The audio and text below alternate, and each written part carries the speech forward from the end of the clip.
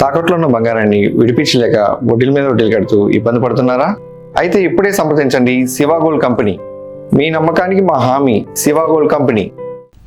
అమృత్ భారత్ పథకంలో భాగంగా దేశవ్యాప్తంగా అభివృద్ధి చేసిన వివిధ రైల్వే స్టేషన్లను ప్రధాని మోదీ నేడు జాతికి అంకితం చేయనున్నారు. రాష్ట్రంలో రాయనపాడు, మంగళగిరి, ఖమ్మం రైల్వే స్టేషన్లను వర్చువల్గా ప్రారంభించనున్నారు. 3 స్టేషన్లలో ఆధునీకరించిన సౌకర్యాలు ప్రయాణికులకు మెరుగైన సేవలను అందించడంతో పాటు ఈ ప్రాంత ఆర్థికాభివృద్ధికి ఊతమిస్తాయని దక్షిణ కోస్తా రైల్వే అధికారులు తెలిపారు.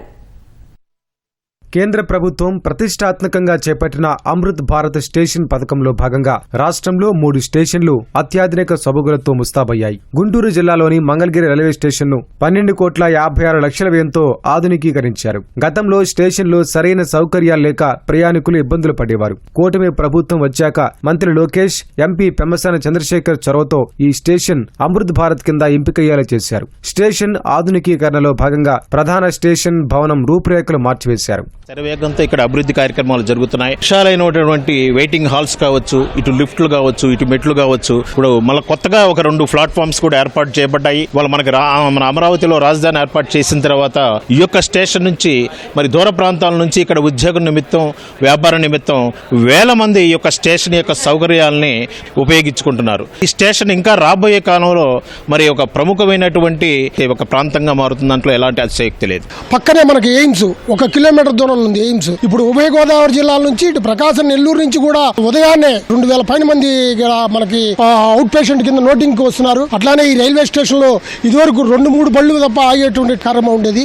కానీ ఇప్పుడు నెంబర్ ఆఫ్ ఎక్స్ప్రెసెస్ మంగళగిరి పుణ్యక్షేత్రానికి, నరసింహస్వామి క్షేత్రానికి నెంబర్ ఆఫ్ పిలిగ్రిమ్స్ ఎక్కువడంతో ఈ ఎక్స్ప్రెస్ స్టేషన్ లో ఆగటం కూడా చాలా ఆనందదాయకంగా ఉంది మాకైతే మాత్రం. మంగళగిరి స్టేషన్ ముఖద్వారాన్ని ఆకర్షణీయంగా తీర్చిదిద్దారు. ప్లాట్ఫామ్ల చివరి వరకు షెడ్లు నిర్మించారు. ప్రయాణికుల కోసం బల్లలు, వేచి ఉండే గదులతో పాటు ఆధునిక టికెట్ బుకింగ్ సౌకర్యాలు అందుబాటులోకి తెచ్చారు. స్థానికంగా ఉన్న చేనేత కళకు గుర్తుగా ఆ సంస్కృతి వారసత్వాన్ని ప్రతిబింబించేలా మహిళా చేనేత కార్మికురాలి నమూనాను ఏర్పాటు చేశారు. ప్లాట్ఫారంల మధ్య ప్రయాణికుల రాకపోకలను సులభతరం చేసేందుకు 2 కొత్త లిఫ్ట్లను అందుబాటులోకి తెచ్చారు. దివ్యాంగుల కోసం సౌకర్యాలు కల్పించారు. స్టేషన్ ముందు, వెనుక భాగాల్లోని సర్క్యులేటింగ్ ఏరియాలు, ప్రత్యేక పార్కింగ్ స్థలాలు, పాదచారుల మార్గాలు, వీధి దీపాలు, లేన్ మార్కింగ్లు సుందరమైన పచ్చదనంతో అభివృద్ధి చేశారు. అమరావతి అవసరాలను దృష్టిలో పెట్టుకుని నములూరు వైపు 2వ ప్రవేశ ద్వారాన్ని ఏర్పాటు చేశారు. అమరావతికి సంకేతంగా బుద్ధుడి విగ్రహాన్ని ఏర్పాటు చేశారు. చరిత్రలో ఎన్నడూ లేని విధంగా స్టేషన్ అభివృద్ధి జరిగిందని స్థానికులు సంతోషం వ్యక్తం చేస్తున్నారు.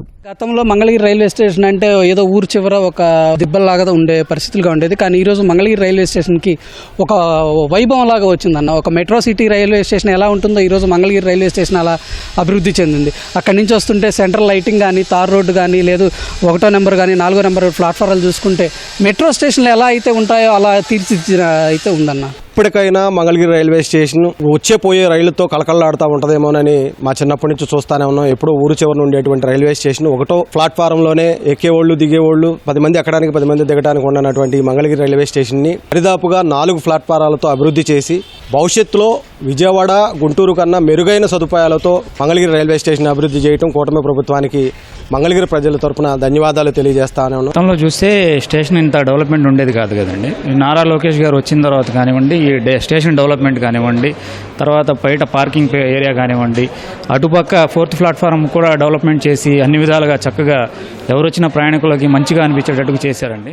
రాయనపాడు రైల్వే స్టేషన్ను 35.67 కోట్ల రూపాయలతో ఆధునికీకరించారు. ప్రయాణికులు సేద తీరేందుకు ప్రీపెయిడ్ వెయిటింగ్ హాల్, ఆధునిక టాయిలెట్స్, ప్రహరీ గోడ పైన లోపల ప్రసిద్ధిగాంచిన కొండపల్లి బొమ్మల పెయింటింగ్స్ తో తీర్చిదిద్దారు. రైల్వే స్టేషన్లో 2 లిఫ్ట్లు అందుబాటులోకి తెచ్చారు. దివ్యాంగుల కోసం ప్రత్యేక సౌకర్యాలు సమకూర్చారు. మొత్తంగా స్టేషన్ రూపురేఖలనే మార్చివేశారు.